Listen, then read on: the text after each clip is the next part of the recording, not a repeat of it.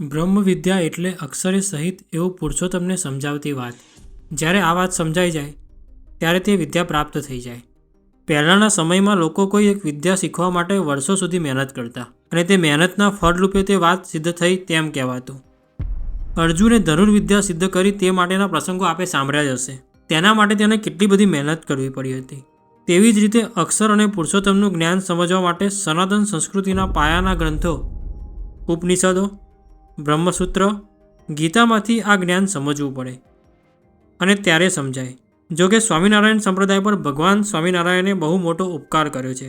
આ બધા જ શાસ્ત્રો વાંચીને પોતાનું તત્વજ્ઞાન સમગ્ર જગતને આપ્યું છે અને તેથી કોઈપણ વ્યક્તિને આ સિદ્ધાંતનું દર્શન થાય. બ્રહ્મ વિદ્યાનું આ દર્શન કરવા માટે પહેલાં તો સ્વામિનારાયણીય તત્વજ્ઞાન સમજવું પડે, કારણ કે તેમાં થયેલી વાત વિશિષ્ટ છે, બધાથી અલગ છે. ત્યારબાદ તે આધારે પરબ્રહ્મ અને અક્ષરબ્રહ્મ તત્વને ઊંડાણથી જાણવું પડે. પછી ઈશ્વર, જીવ, માયા અને મુક્તિના સ્વરૂપને જાણવું પડે. આ તમામ વાત સમજાય ત્યારે આ જ્ઞાન સિદ્ધ થાય. તત્વજ્ઞાન, જો શબ્દના બે ભાગ પાડીએ તો તેમાં સ્વામિનારાયણ અને તત્વજ્ઞાન એ બે શબ્દ થાય. પહેલાં તત્વજ્ઞાન શબ્દને સમજીએ. આ શબ્દની સંધિ છૂટી પાડવા જઈએ તો તત્વ અને જ્ઞાન એમ થાય. તત્વ એટલે શું? તો કોઈ પણ વસ્તુ જે તમારી નજરની સામે હોય તેને તત્વ કહેવાય. જેમ કે અત્યારે આપ આ વિડીયોમાં એક ખુરશી જોઈ રહ્યા છો. આ ખુરશી એ એક તત્વ છે. હવે જો આ ખુરશી માટે આપને કહેવામાં આવે કે તેનું વર્ણન કરો તો આપ કહેશો કે એ લાકડાની બનેલી છે, તે સ્થિર રહે તેવી નથી. પછી તેનાથી આગળ કહેશો કે આ આરામ કરવા માટેની ખુરશી છે. આ બધું આપને ખ્યાલ છે કારણ કે આ ખુરશીનું તમને જ્ઞાન છે.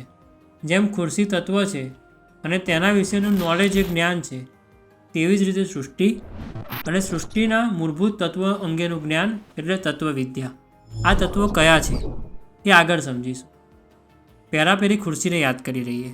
જો આ ખુરશી તમારે ખરીદવાની હોય તો તેમાં તમારે વધારે મહેનત થાય કે વેચવાની હોય તો વધારે થાય? તમને રાખશે કે ખરીદનારને? પણ વેચનારને વધારે મહેનત કરવી પડશે, કારણ કે તેને આ ખુરશી વેચવા માટે તેનો વધુ અભ્યાસ કરવો પડશે, તેને અનુભવવું પડશે. આ માટે તેને સતત મહેનત કરવી પડશે. આ બધું એ વેસ્ટ ઓફ ટાઈમ નથી, પરંતુ તેને કમાવવું છે, માટે તેની મહેનત છે. જ્યારે ખરીદનાર પણ એક દિવસમાં બધું જાણી શકતો નથી, તેના માટે તેને પણ મહેનત કરવી પડે છે અને આ મહેનત નકામી નહીં હોય. તેવી જ રીતે આ તત્વજ્ઞાન એ ખોટી માથાકૂટ કે ખોટા શબ્દો નથી, પરંતુ તે સત્યને સમજવાની, પામવાની, અનુભવવાની ઈચ્છા છે અને તે માટે સતત મહેનત કરવી પડે છે. આ વાત માત્ર ભારતમાં નથી પણ વિદેશોમાં પણ છે. ત્યાં તત્વજ્ઞાન માટે અલગ શબ્દ છે, ફિલોસોફી. અહીં ફિલો અને સોફી એ બંને અલગ અલગ શબ્દ છે. ફિલો એટલે પ્રેમ અને સોફી એટલે વિઝડમ, અર્થાત જ્ઞાન કે વિદ્યા. એટલે કે ફિલોસોફી શબ્દનો અર્થ એ થાય કે વિદ્યા માટેનો પ્રેમ, જેને વિદ્યા અનુરાગ કહેવામાં આવે છે. અનુરાગ શબ્દ એટલે શું? અનુરાગ શબ્દનો અર્થ થાય તે વસ્તુ કે વ્યક્તિ માટે આસક્તિ, અને આ માટે કામ કરનાર વ્યક્તિને ફિલોસોફર કહેવામાં આવે છે. ભારતમાં જેટલા પણ ઋષિમુનિઓ થઈ ગયા તે બધા ફિલોસોફર હતા, પરંતુ તેમણે તે તત્વનું જ્ઞાન જીવનમાં ઉતાર્યું હતું. તે પ્રમાણે જીવન જીવ્યા હતા અને તે રીતે જીવીને તે જ્ઞાન વડે પોતાના આત્માનો સાક્ષાત્કાર કર્યો હતો અને ત્યારબાદ તેમને તેનું દર્શન થયું હતું. શ્રવણ, મનન, નિધિધ્યાસ અને છેલ્લે સાક્ષાત્કાર થાય ત્યારે તે વાતનું દર્શન થાય. આ તત્વજ્ઞાન એ તેમના માટે શોખનો વિષય નહોતો, માત્ર મનને મનાવવા માટે નહોતું, પરંતુ ઉપરોક્ત વાત કરી તે રીતે તે જ્ઞાન પ્રાપ્ત કરવા માટે તેમણે ખૂબ પુરુષાર્થ કર્યો હતો અને એટલે તે તત્વજ્ઞાનને દર્શન શબ્દથી ભારતમાં ઓળખવામાં આવે છે. સનાતન સંસ્કૃતિમાં યોગ, ન્યાય, મીમાંસા, વેદાંત આદિ 6 દર્શન છે. આ બધા દર્શનોની એક પરંપરા કેટલાય વર્ષોથી ચાલી આવે છે, પરંતુ સ્વામિનારાયણ ભગવાને આ બધા જ દર્શનમાં એક અલગ વિલક્ષણ તત્વજ્ઞાન કે દર્શન આપ્યું. બધા જ દર્શનશાસ્ત્ર વેદોના આધારે લખવામાં આવે છે. જેમ કે ન્યાયશાસ્ત્ર ગૌતમ ઋષિએ લખ્યું, સાંખ્યશાસ્ત્ર કપિલ ઋષિએ લખ્યું અને તેને આ લોકમાં પ્રવર્તાવ્યું. તેવી જ રીતે સ્વામિનારાયણીય દર્શન, જેને અક્ષરબ્રહ્મ પરબ્રહ્મ દર્શન પણ કહેવામાં આવે છે, જે ભગવાન સ્વામિનારાયણે સ્થાપ્યું તેમજ આ પૃથ્વીમાં પ્રવર્તાવ્યું. હવે પ્રશ્ન એ થાય કે અક્ષરબ્રહ્મ પરબ્રહ્મ દર્શન કોને કહેવાય? તો આ સ્વામિનારાયણીય દર્શનમાં બે તત્વની વાત આવે છે, અક્ષરબ્રહ્મ અને પરબ્રહ્મ. આથી તેને અક્ષરબ્રહ્મ પરબ્રહ્મ દર્શન કહેવામાં આવે છે. હવે આ બંને નામના દર્શનને થોડા ઊંડાણપૂર્વક સમજીએ, કારણ કે અહીં તત્વજ્ઞાનને પામવાની વાત છે, માટે આ સમજવું ખૂબ જરૂરી છે. આ દર્શનને અન્ય કોઈ નામ ન આપતા સ્વામિનારાયણીય દર્શન કહેવા પાછળનું પ્રથમ કારણ તો એ છે કે આપ આ વિડીયોની શરૂઆતથી જ એક શબ્દ સાંભળી રહ્યા છો કે આ જ્ઞાન ભગવાન સ્વામિનારાયણે પ્રબોધ્યું છે. પરંતુ બીજું કારણ એ છે કે ભગવાન સ્વામિનારાયણનો આમાં દાર્શનિક સિદ્ધાંત છુપાયેલો છે. દાર્શનિક સિદ્ધાંત અર્થાત હૃદયગત અભિપ્રાય, અથવા જે સિદ્ધાંતમાં તેમના વિચારોનું દર્શન થતું હોય તેવો સિદ્ધાંત. આ વાતને થોડા પ્રસંગો તેમજ વચનો દ્વારા સમજીએ. જ્યારે ફણેણીમાં રામાનંદ સ્વામી ધામમાં પધાર્યા ત્યારે તેમના 14મા દિવસે એટલે કે 1858 માગસર વદ એકાદશીના દિવસે તારીખ 31/12/1801ના રોજ શ્રીજી મહારાજે સ્વામિનારાયણ મંત્ર પોતાના આશ્રિતોને આપ્યો છે. બધા જાણે જ છે કે શ્રીજી મહારાજનું બાળપણનું નામ ઘનશ્યામ હતું, વન વિચરણમાં નીલકંઠ હતું, લોજમાં સરયુદાસ હતું અને રામાનંદ સ્વામીએ દીક્ષા આપીને સહજાનંદ સ્વામી તેમજ નારાયણ મુનિ એ બે નામ પાડ્યા હતા. પરંતુ ક્યાંય સ્વામિનારાયણ આ નામ પાડવામાં નહોતું આવ્યું. હવે જો શ્રીજી મહારાજને પોતાનું જ ભજન કરાવવું હોત તો આ બધા નામોમાંથી કોઈ પણ એક નામમાંથી મંત્ર આપત, પરંતુ તેમ ન કરતાં તેમને સ્વામિનારાયણ મંત્ર આપ્યો. આ મંત્રથી કેટલાય લોકોને સમાધિ થઈ અને તેથી સહજાનંદ સ્વામીને પણ લોકો સ્વામિનારાયણ ભગવાનના નામથી ઓળખતા થયા. પરંતુ આ મહામંત્ર એક ભક્તે સહિત ભગવાનનો નિર્દેશ કરે છે, અર્થાત આ એક નામમાં બે નામ છે. આ વાત અદ્ભુતાનંદ સ્વામીની વાતોમાંથી પણ મળી આવે છે. તેઓ પોતાની વાતોમાંની 22મી વાતમાં કહે છે કે સ્વામિનારાયણ એવા બે સાર્થક નામના નિર્વેશવાળું ભજન કરાવ્યું. ભક્તિ સહિત ભગવાનની ઉપાસના નવી નથી, પરંતુ કેટલાય કાળથી ચાલી આવે છે, જેમ કે રાધાકૃષ્ણ, સીતારામ, નરનારાયણ, લક્ષ્મીનારાયણ વગેરે. જેમાં રાધા, સીતા, નર, લક્ષ્મીજી ભક્ત છે, જ્યારે કૃષ્ણ, રામ, નારાયણ ભગવાન છે. તેવી જ રીતે સ્વામી અર્થાત પુરુષોત્તમ નારાયણના ઉત્તમ ભક્ત ગુણાતીતાનંદ સ્વામી અને નારાયણ અર્થાત પરબ્રહ્મ પુરુષોત્તમ નારાયણ છે. આ જ વાત કરતાં અક્ષરબ્રહ્મ ગુણાતીતાનંદ સ્વામી પોતાના બીજા પ્રકરણની 255મી વાતમાં કહે છે કે જેમ નરનારાયણ, લક્ષ્મીનારાયણ, રાધાકૃષ્ણ તેમ સ્વામિનારાયણ છે. અમારું શ્રીજી મહારાજ ભેગું ભજન થાય છે તેટલું સમજશો એમાં અમારો સિદ્ધાંત આવી ગયો. ભગતજી મહારાજે પણ આ જ વાતની મુરલી બધે વગાડી. જ્યારે સુરતમાં 1939માં ઘનશ્યામ મહારાજની મૂર્તિ પ્રતિષ્ઠા હતી ત્યારે શાસ્ત્રી યજ્ઞપુરુષ દાસજીને ભગતજી મહારાજે પૂછ્યું કે સાધુરામ, તમને સ્વામિનારાયણની નિષ્ઠા થઈ ને? તેથી યજ્ઞપુરુષ દાસજીએ કહ્યું હતું કે મહારાજ સર્વોપરી પુરુષોત્તમ નારાયણ છે એવી નિષ્ઠા તો મેં કરી છે. ત્યારે પ્રાગજી ભક્તે કહ્યું કે એ તો નારાયણની નિષ્ઠા થઈ, પણ સ્વામી અક્ષર છે તે ન સમજાય ત્યાં સુધી પૂરી નિષ્ઠા ન કહેવાય.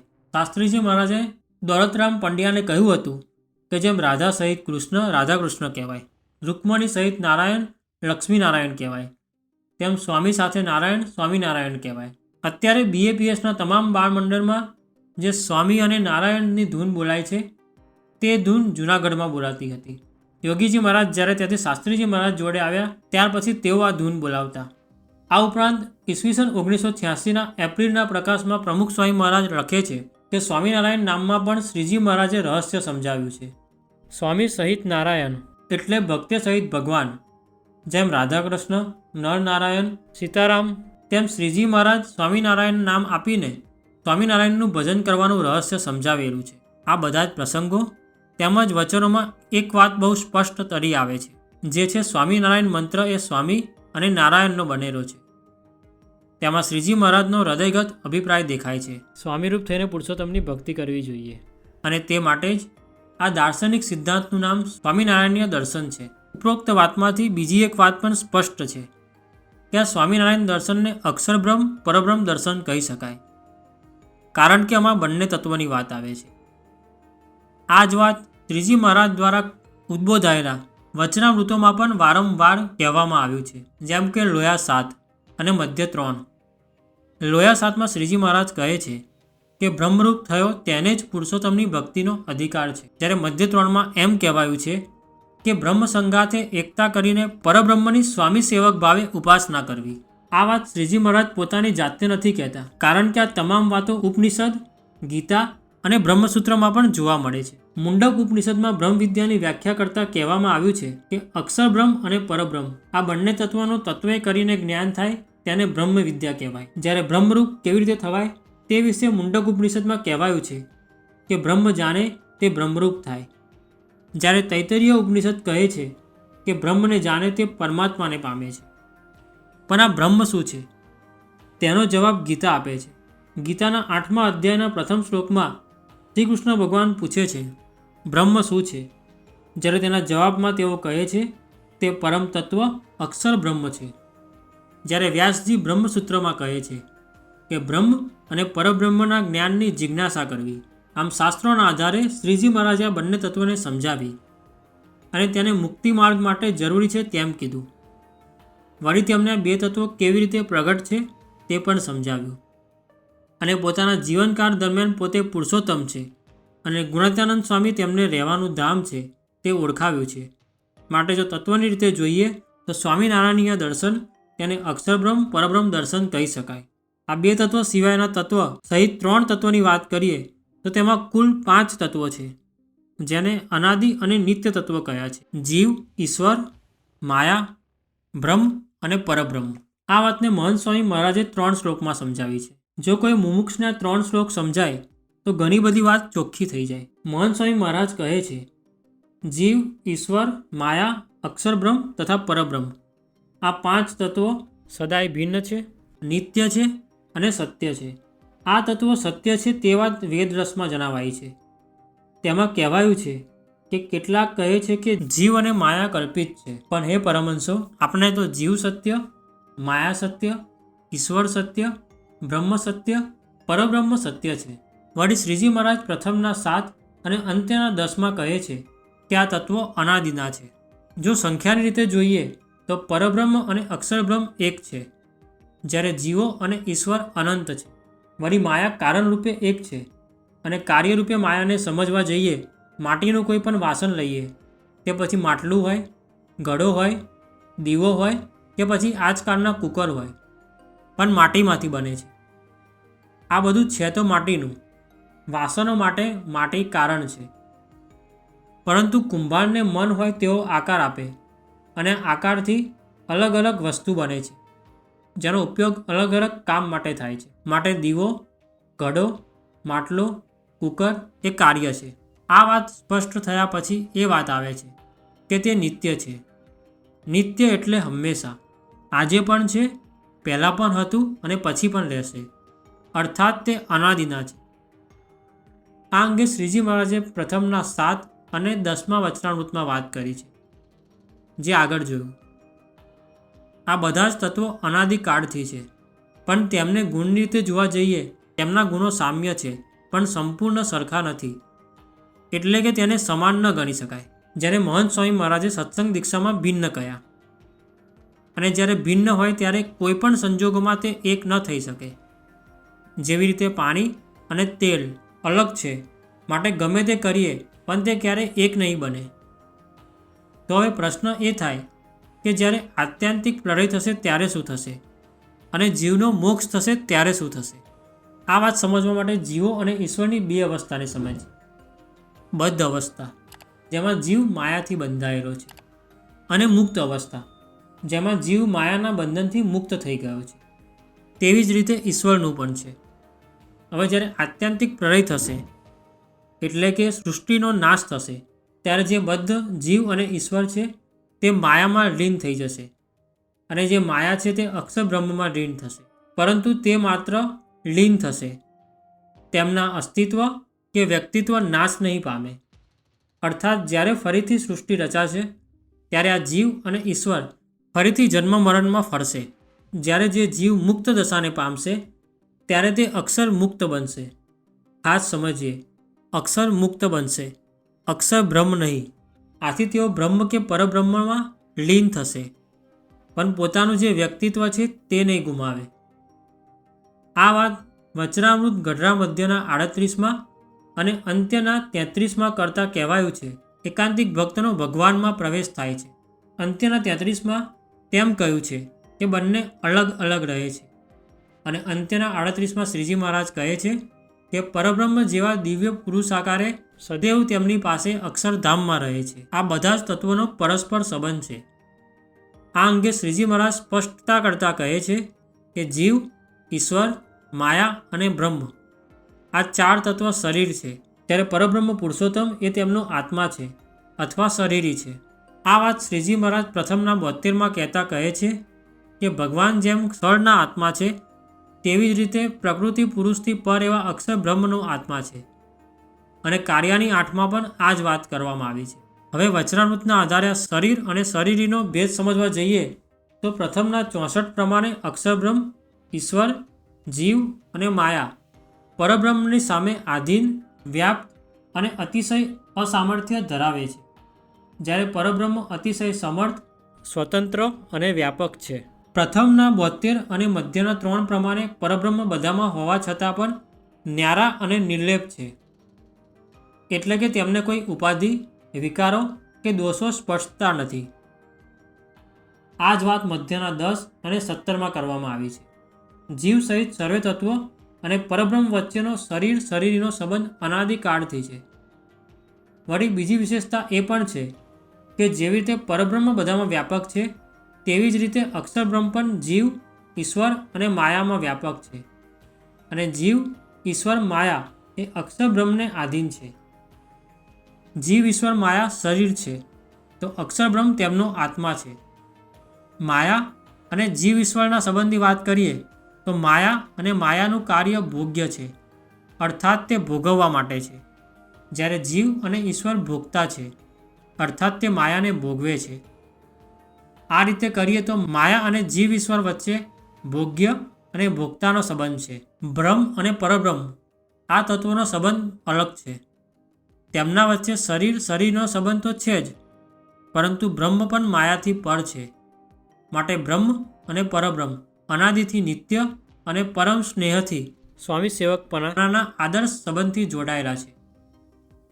આમ આજે આપણે તત્વજ્ઞાન શબ્દને સમજ્યા, તેમાંથી સ્વામિનારાયણીય દર્શન શું છે તે જાણ્યું.